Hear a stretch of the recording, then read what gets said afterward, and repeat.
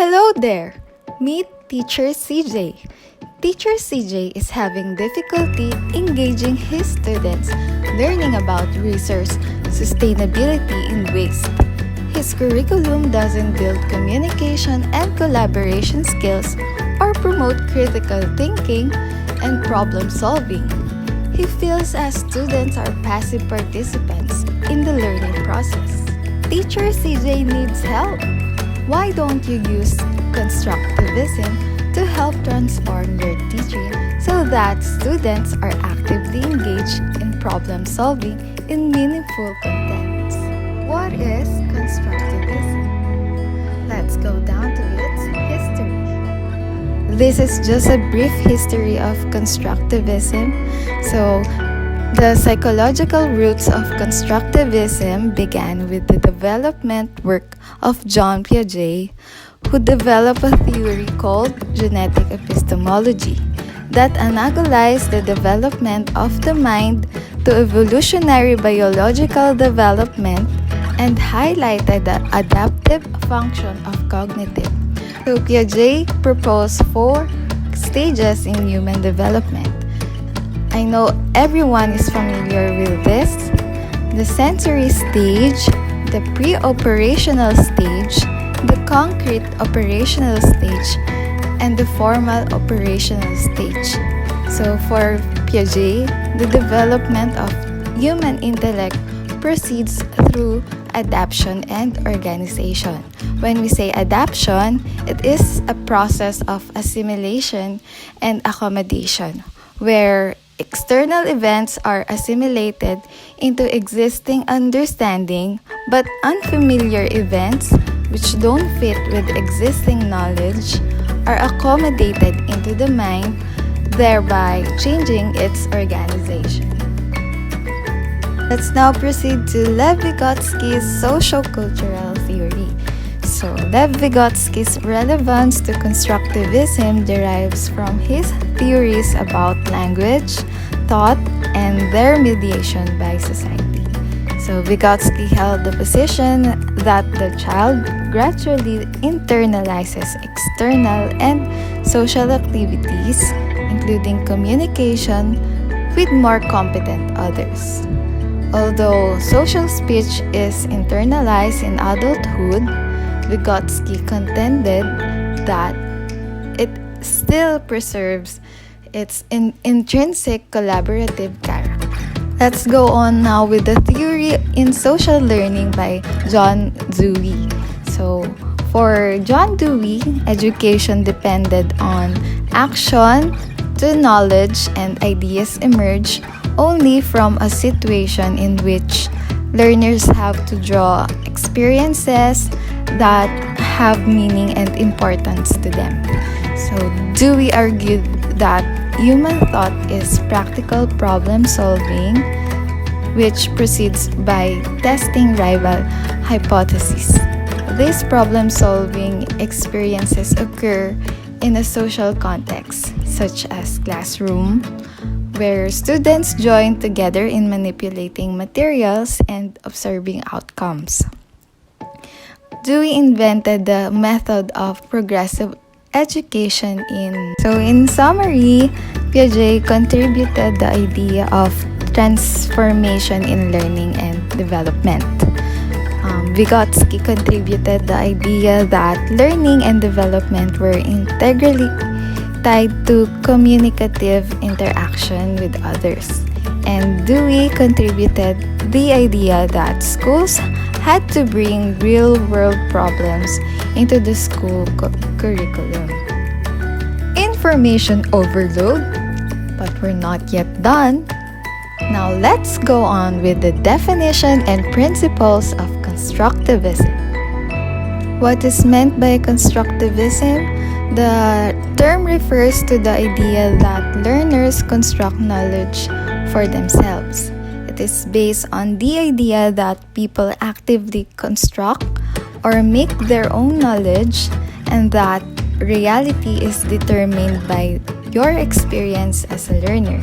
So basically, learners use their previous knowledge as a foundation and build on it with the new things that they learn. So everyone's individual experiences make their learning unique to them. Here are the principles of constructivist learning. The first principle is learning is an active process, wherein learners uses sensory input and construct meaning out of it. Learning is not a passive acceptance of knowledge which exists out there, but the learning involves the learners engaging with the world.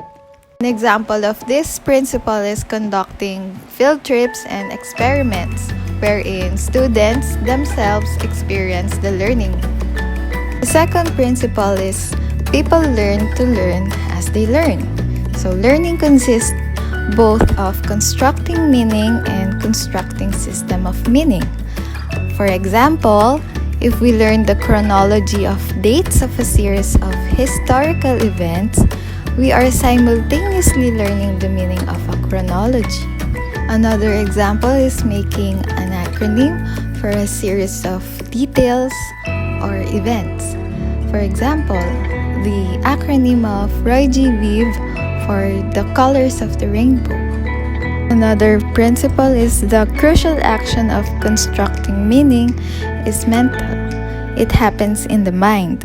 Physical actions, hands-on experience may be necessary for learning, especially for children, but it is not sufficient. We need to provide activities which engage the mind as well as the hands. An example of this is gardening or planting in our school. So we don't only ask our student to plant, but we also ask them to observe the plant, the procedure of planting, and the changes of the plants as it grows. The fourth principle is learning involves language.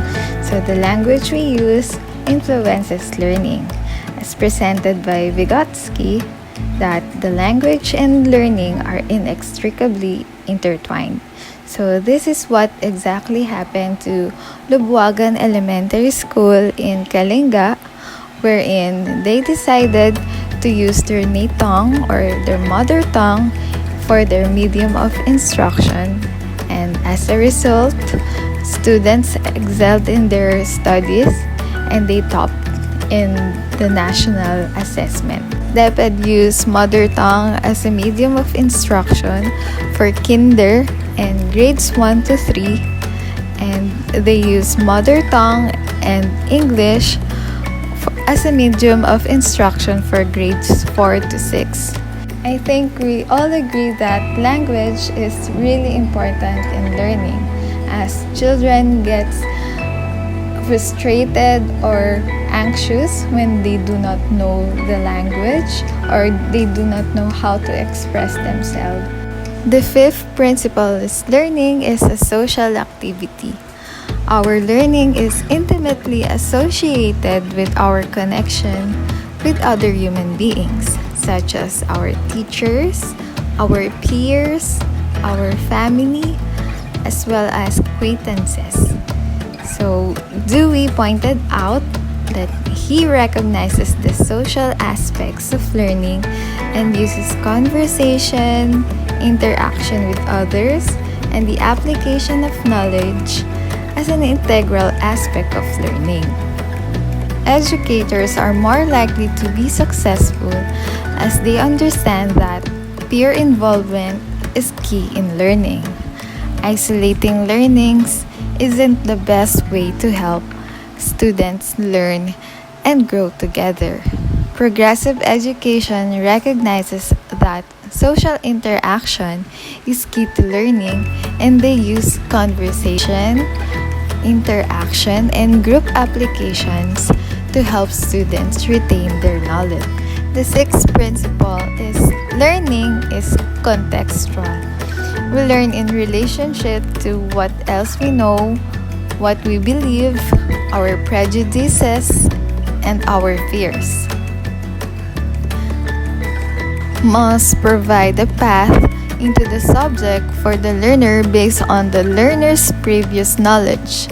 As an example, we first learn how to hold the pencil before we learn how to write, and we learn to count first before we learn how to add or subtract. For the eighth principle, it takes time to learn. Learning is not instantaneous. We need to revisit ideas, ponder them, try them out, play with them, and use them. If you reflect on anything you have learned, you soon realize that it is the product of the repeated exposure and thought. For example, if you want to play a guitar or learn how to sing, you have to expose yourself to music and practice for the mastery of skills. And for the last principle, motivation is a key component in learning. Unless we know the reason why, we may not be very involved in using the knowledge that may be instilled in us, even by the most severe and direct teaching. Educators need to have ways to engage and motivate learners to activate their minds and help them excited about education. Without motivation, it's difficult for learners to reach into their past experience and make connection for new learning. Let me present to you the 3 types of constructivism. The first type is called cognitive constructivism. It focuses on the idea that learning should be related to the learner's stage of cognitive development. This method works to help students in learning new information by connecting it to the things they already know, enabling them to make modification in their existing intelligence to accommodate the new information.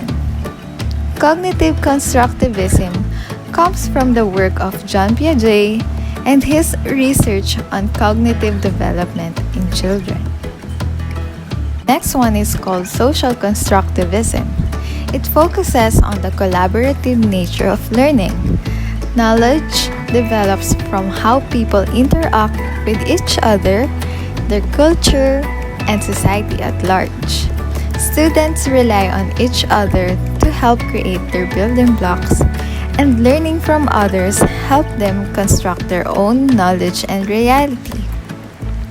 Social constructivism comes from Lev Vygotsky and is closely connected to cognitive constructivism with the added element of societal and peer influence.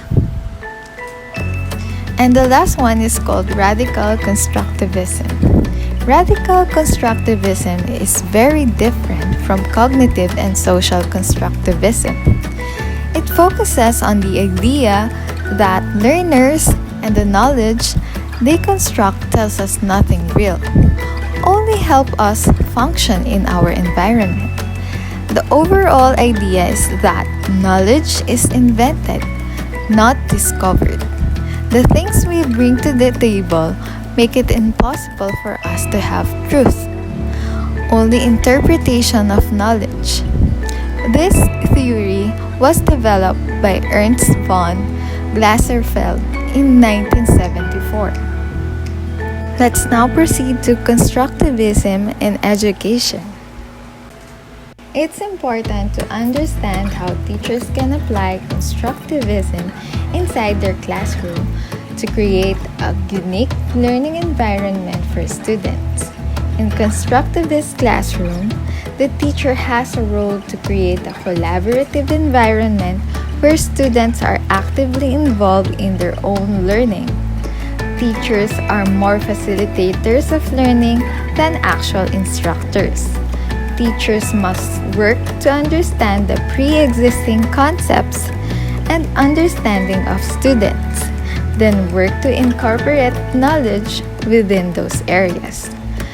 Teachers will also need to adjust their teaching to match the learner's level of understanding. Constructivist classrooms rely on 4 key areas to be successful. 1. shared knowledge between teachers and students. 2. Shared authority between teachers and students. 3. Teachers act as a guide or facilitator. 4. Learning groups consist of small numbers of students. Constructivist classroom focus on students' question and interests. They build on what students already know. They focus on interactive learning and are student-centered. Teachers have a dialogue with students to help them construct their own knowledge. They root in negotiation, and students work primarily in groups. Constructivist classroom often have teachers who do small group work, collaborative and interactive activities, and open dialogues about what students need in order to find success. Constructivist assessment. Assessment of student learning is of two types, formative and summative. Formative assessment occurs during learning and provides feedback to the student.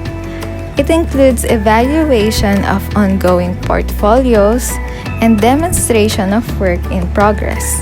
Student collaboration also provides a form of formative assessment.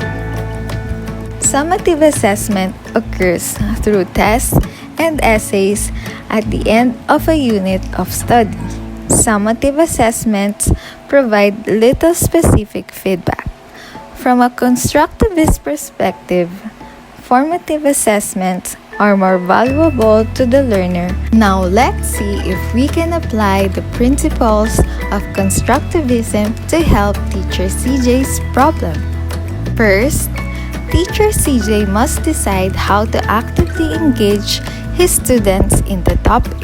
Teacher CJ decides to utilize the idea of problem-based learning to actively engage his students by challenging them to answer a real-world problem. Teacher CJ came up with following essential question.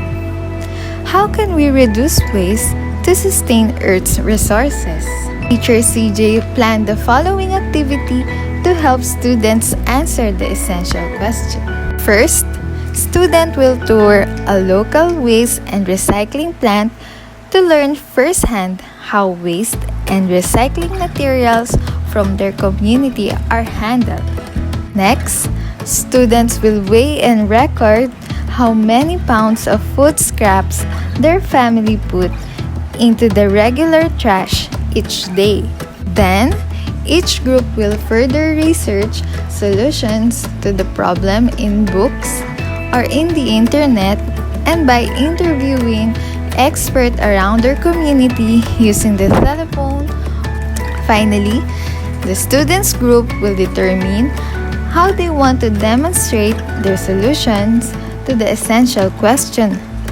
Example might include student created a book, slideshows, and public service announcement about recycling and the 4 R's. After implementing these principles of constructivism, teacher CJ students are more actively involved in their learning by engaging in problem solving, higher order thinking skills, and collaborative work. If you want students' involvement and engaging students in problem solving, use constructivism like teacher CJ did.